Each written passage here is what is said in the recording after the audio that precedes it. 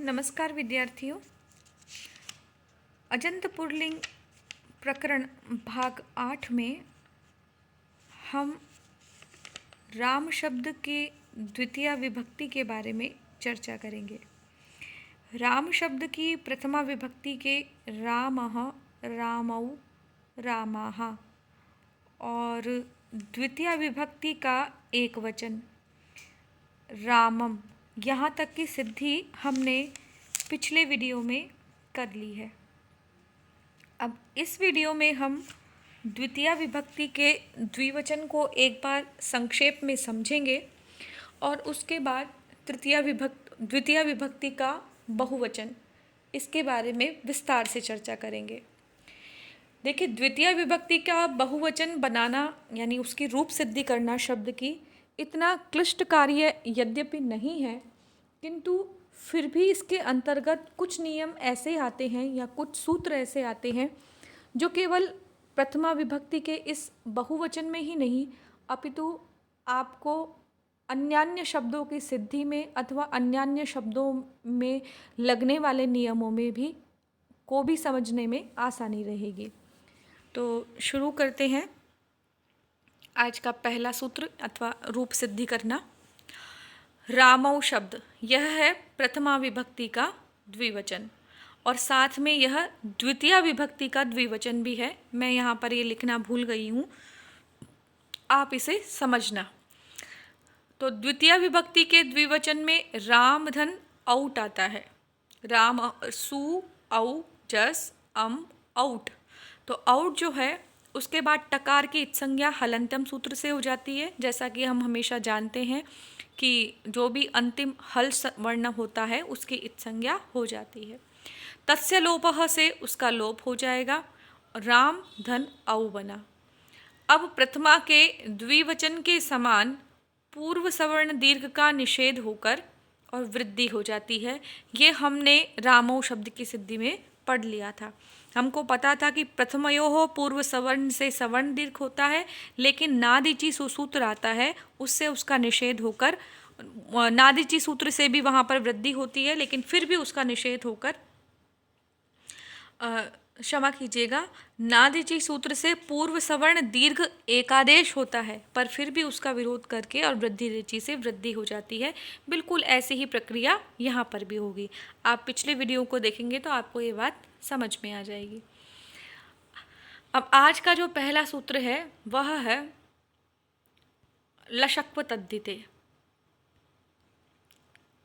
देखिए, मैंने यहाँ पर निर्दिष्ट करना भूल गई हूँ, तो आप ये समझिएगा। देखिए, अब एक सूत्र है लशक्व तद्धिते। इससे पहले जो स्थिति बनती है वह बनती है राम धन शस। चूँकि हम अब प्रथमा विभक्ति क्षमा कीजिएगा द्वितीय विभक्ति का बहुवचन की सिद्धि करने जा रहे हैं, तो बहुवचन की सिद्धि करने से साथ हमको क्या करना पड़ेगा? राम शब्द है और उसके साथ में कौन सा प्रत्यय लगेगा? सु औ जस अम और शस। तो शस प्रत्यय लगेगा, द्वितीय विभक्ति का बहुवचन। अब यहाँ पर जो शकार है इसकी इत्संज्ञा करनी है। यद्यपि इससे पहले मैंने आपको लशक्व तद्धिते सूत्र कई बार बोलकर समझाया है, पर अब यह क्रम प्राप्त यहाँ पर आया ही है। लशक्व तद्धिते सूत्र एक संज्ञा सूत्र है। किस में काम आता है? इत संज्ञा करने की। किस किस की इत संज्ञा करता है? तो तद्धित प्रत्ययों से जो भिन्न प्रत्यय हैं उनके आदि में यानी प्रारंभ में यदि लकार हो, यदि तालव्य शकार हो और क वर्ग हो अगर, तो उन तीनों की क्या करता है? ये इत संज्ञा करता है। देखिए, ल का मतलब है लकार, श का मतलब है शकार और क्व में कु निकल के आता है। कु का मतलब होता है पूरा क वर्ग और अतद्धिते यानी तद्धित प्रत्ययों से वो भिन्न होने चाहिए। तद्धित प्रत्यय होंगे तो उनमें लकार शकार और क वर्ग की संज्ञा नहीं करेगा। तद्धित प्रत्यय भी यहाँ पर मैंने लिखे हैं। कप प्रत्यय, ख प्रत्यय, ग्विन प्रत्यय, घ, शस, लच, ये इतने जितने ये जो भी प्रत्यय हैं ये सारे क्या हैं? तद्धित प्रत्यय। तो इनमें से किसी की भी इत्संज्ञा लशक्व तद्धिते सूत्र से यानी ककार की इत्संज्ञा यहाँ पे ख है, ये भी क वर्ग में है, पूरे इसकी इत संज्ञा हो जाए, खाली अ ही शेष रहे, लेकिन इत संज्ञा नहीं होती है। ग्विन के अंदर गकार की इत संज्ञा हो जाए, प्रत्यय के प्रारंभ में है। घ में क वर्ग का होने से घ की इत संज्ञा हो जाए। शश के अंदर शकार की इत संज्ञा हो जाए। लच के अंदर लकार की इत संज्ञा हो जाए, लेकिन इत्यादियों की इत संज्ञा इस सूत्र के द्वारा नहीं होती है। क्यों? क्योंकि ये सभी प्रत्यय तद्धित प्रत्यय हैं। अब इनसे शब्द बन जाते हैं। व्यूढ़ो रसकः, ये कप प्रत्यय से बना हुआ है। वाग्मी, ये ग्मिन प्रत्यय से बना हुआ है। लोमशः, यह शश प्रत्यय से बनाया हुआ है। चूड़ालः, यह लच प्रत्यय से बना हुआ है। तो आपको ये बात समझ में आ चुकी होगी कि लशक्व तद्धिते लकार शकार और क वर्ग की इत संज्ञा तद्धित प्रत्ययों से भिन्न प्रत्ययों में करता है। यहाँ पर इसका अपवाद जो शब्द हैं, यानी तद्धित प्रत्यय वाले जो शब्द है, वो यहाँ पर मैंने आपके लिए लिखे हैं ये सारे प्रत्यय। तो ये प्रत्यय वो हैं जो तद्धित है और इनमें इस सूत्र के द्वारा इत संज्ञा नहीं होती। अब इसमें किसकी इत संज्ञा होगी? तो लशक्व तद्धिते से इस शश के अंदर जो शकार है, इस शकार की इत संज्ञा हो जाएगी। तो शकार की इत संज्ञा होने के बाद क्या शेष रहेगा? तो शकार की इत संज्ञा होने के बाद शेष रहेगा राम धन अस। जश में से क्या बचा? अस। शकार की इत संज्ञा हो गई। उस शकार की इत संज्ञा क्यों हुई है? क्योंकि वो प्रत्यय के आदि में। लेकिन इत संज्ञा इस सूत्र से नहीं हुई है। इत संज्ञा सिर्फ संज्ञा हुई है। लोप इस सूत्र से नहीं होगा। लोप होगा तस्य लोपः से। तो राम धन शस, यहाँ पर शस क्या है? तद्धित नहीं है, अतः लशक्व तद्धिते सूत्र से शकार की इत संज्ञा हो जाएगी और तस्य लोपः से उसका लोप हो जाएगा। शब्द बनेगा राम धन अस। अब हमने एक पहले सूत्र पढ़ा था प्रथमयोः पूर्व सवर्णः, कि प्रथमा और द्वितीय विभक्ति में यदि प्रथमा और द्वितीय विभक्ति के अंदर हमको क्या करना होता है कि उसकी प्रथमा और द्वितीय विभक्ति में अगर अक प्रत्याहार से पर में, अक प्रत्याहार से पर में यदि अम हो, अक प्रत्याहार से यदि पर में अम हो, तो फिर पूर्व और पर के स्थान पर पूर्व रूप सवर्ण दीर्घ एकादेश होता है। यानी यहाँ राम में जो मकार है इसको दीर्घ एकादेश होगा, क्योंकि पीछे क्या है? अम है। अम का मतलब क्या है? यहाँ पर भी स्वर है और यहाँ पर भी स्वर है, तो पूर्व वाले स्वर को दीर्घ हो जाएगा। तो राम में जो आकार है उसको दीर्घ होकर क्या बनेगा? रामास बन जाएगा। अब हमको शब्द क्या बनाना है? रामान बनाना है। ठीक है, द्वितीय विभक्ति का बहुवचन में रामान बनता है, तो रामास तो बन गया। अब आगे सूत्र प्रवृत्त होता है तस्मात् छशो नः पुंसी।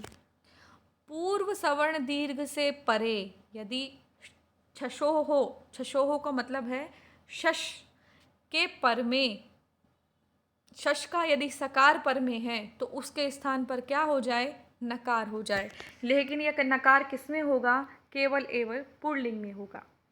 यहाँ पर शब्द दिया है, देखो, छशो न पुंसी का मतलब है, छश का मतलब शस, शश के सकार को नह यानी न, पुंसी यानी पुल्लिंग में हो जाए। तस्मात् शब्द का मतलब क्या हुआ? तस्मात् का मतलब है जहाँ आपने प्रथमयोः पूर्व सवर्णः दीर्घ सूत्र से आपने सवर्ण दीर्घ किया है, उसके बाद में यदि सकार हो तो उसको क्या हो जाए? नकार हो जाए। तो रामास के अंदर हमने अभी अभी यहाँ क्या किया? इस रामास में हमने क्या किया? मकार के बाद में आकार है जो कैसा है? प्रथमयोः पूर्व सवर्ण दीर्घ सूत्र से दीर्घ हुआ है, तो इसके पर में क्या है? शस का सकार है, तो इस सकार के स्थान पर क्या हो जाए? रामान। तो यहाँ पर ये रामान रूप सिद्ध हो जाता है। अब इसके साथ में आपको कुछ नियम बताना चाहती हूँ। वो इसलिए क्योंकि यहाँ पर हम तो क्योंकि जानते नहीं हैं इसलिए प्रश्न उपस्थित नहीं करते हैं, लेकिन जिन लोगों ने कुछ सूत्र पढ़ रखे हैं तो उनको शंका उत्पन्न होती है कि किसी किसी शब्द में तो जैसे रामाणाम है तो वहाँ पर तो न को न हो गया, लेकिन रामान शब्द में नकार को न नहीं होता है, अथवा यहाँ पर होना चाहिए, रामायण बनना चाहिए, फिर क्यों नहीं बनता है? तो इस प्रश्न के उत्तर के लिए हम कुछ सूत्र पढ़ते हैं। वे सूत्र क्या है?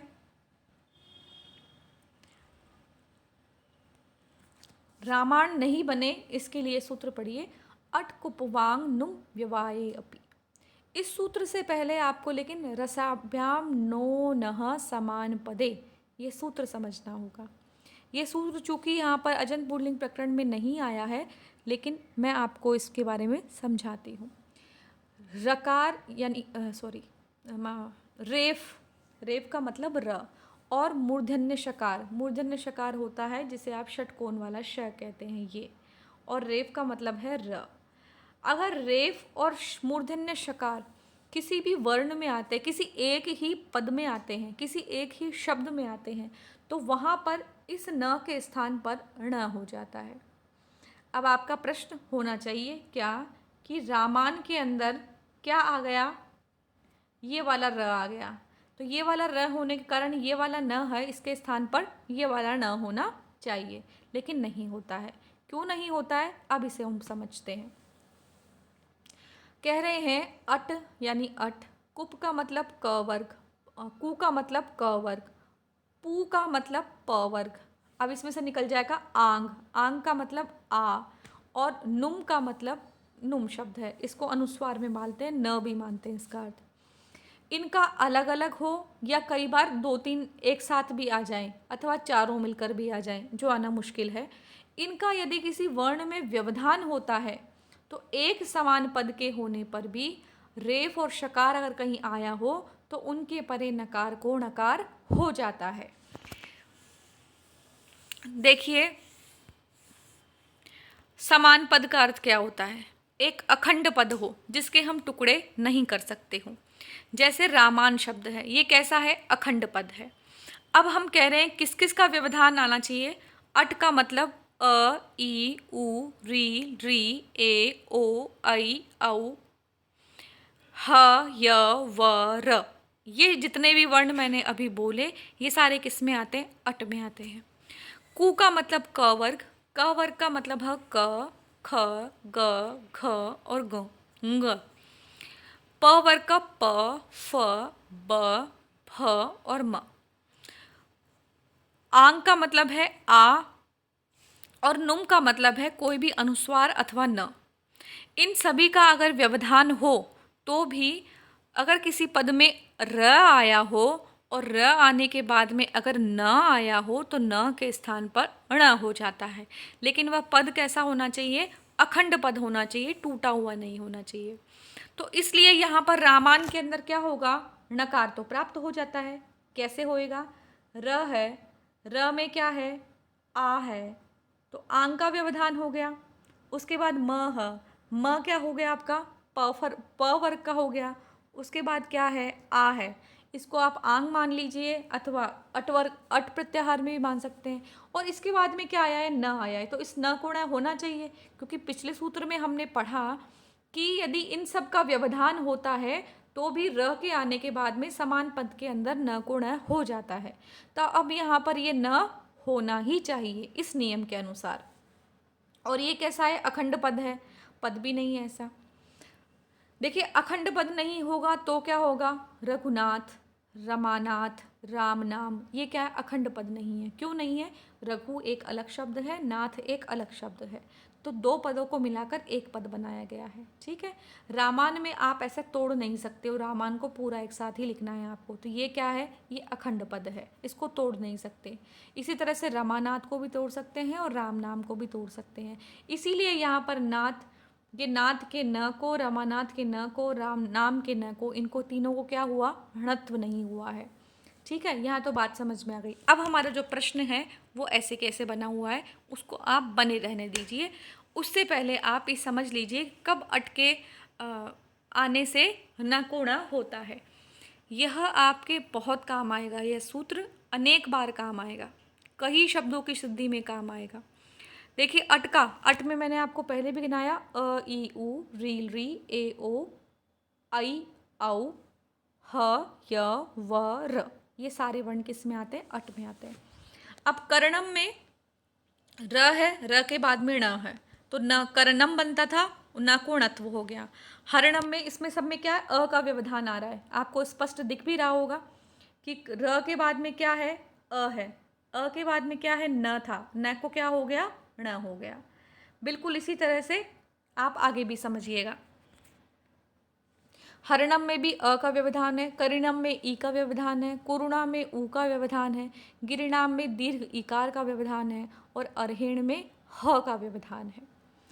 ठीक है, और इन सब में क्या आया है, र कब सब में आया ही आया है, इसलिए र होने की वजह से सबके अंदर न को ण हो गया। अब क वर्ग के उदाहरण देखिए।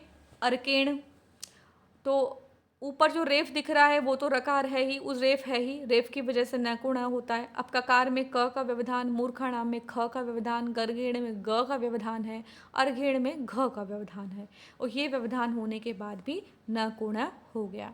प वर्ग के उदाहरण देखिए। दर्पेण में प, रेफेण में फ, गर्भेण में भ, चर्मणा में म और कर्मणा में भी म। इन सब का व्यवधान होने के बाद भी न कोणत्व हो गया है। आंग के अंदर आ, पर या तो आ न कोण हो गया। निराणद्धम में आ, आकार का व्यवधान होने के बाद भी न कोण हो गया। विखंडम और त्रिखंडम, इन दोनों में जो ऊपर अनुस्वार लगा हुआ है, जो बिंदु लगी हुई है, जो डॉट लगा हुआ है, वही नुम है। नुम का मतलब होता है अनुस्वार अथवा आधा न। तो यहाँ पर भी हकार और अनुस्वार इन दोनों का व्यवधान होने के बाद भी यहाँ पर न को ण हो गया है। अब विशेष बात ये कहना चाह रहे हैं कि जो री वर्ण होता है, अ ई उ री, अगर री भी कहीं पर आया हो तो वो भी रेफ के समान ही गिना जाएगा और उसमें भी न को ण हो ही जाता है। तो ये तो वो उदाहरण थे। अब हमारा प्रश्न कि न को जो हमने न पढ़ा है, रामान के अंदर जो न है उसको न होना चाहिए, यह बात हमने समझ ली, क्योंकि यहाँ पर आकार का, मकार का और आकार का व्यवधान है, और आकार अट प्रत्याहार में, म प वर्ग में और आ अट प्रत्याहार में आता है। तो इन तीनों वर्णों से व्यवहित जो नकार है उसके स्थान पर नकार प्राप्त हो जाता है। लेकिन अग्रिम सूत्र इसका निषेध करता है। क्या कहता है? पदान्तस्य, यदि कोई पदांत में नकार हो तो उसको णकार नहीं होगा। अब पदांत क्या होता है? हमने पिछले वीडियो में भी और उससे पहले कई बार चर्चा की है कि सुप तिङंतम पदम से पद संज्ञा होती है। किसकी? सुबंतों की और तिङंतों की।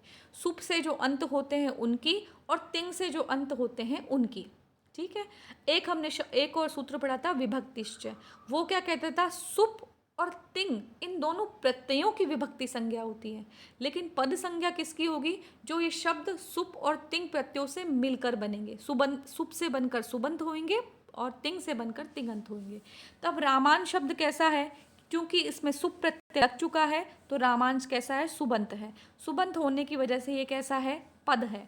पद होने से पद का अंत क्या है? न शब्द है, इसलिए यह नकार पद का अंत होने के कारण इसको न कोणत्व नहीं होगा। यह सूत्र इसका निषेध करता है और इसी प्रकार रामान की रूप सिद्धि होती है।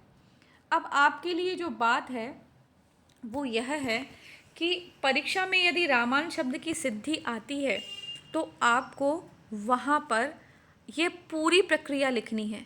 यदि आप ऐसा करते हैं तो ये आपके लिए, और एग्जामिनर जो आपके क्वेश्चन, आपकी पुस्तिका को जांच रहा है, उसके ऊपर आपका प्रभाव अच्छा छोड़ेगा। तो आप रामान की सिद्धि वहाँ ऊपर ही नहीं छोड़ दें, बल्कि यहाँ जो अंत में हमने ये सूत्र पढ़ा है न पदान्तस्य, और उससे पहले अट कुम वाग नुंग व्यवाये अपि या रसाभ्याम नोणः समान पदे, इन दो सूत्रों का भी उल्लेख करते हुए यदि आप निषेध सूत्र को अंत में लिखकर इसकी रूप सिद्धि करेंगे तो ये आपके अच्छे नंबर लाने की दृष्टि से अच्छा रहेगा। तो आज के वीडियो में हम रामान सिद्धि तक ही चर्चा कर पाएंगे। अगले वीडियो में हम तृतीय विभक्ति प्रारंभ करेंगे। धन्यवाद।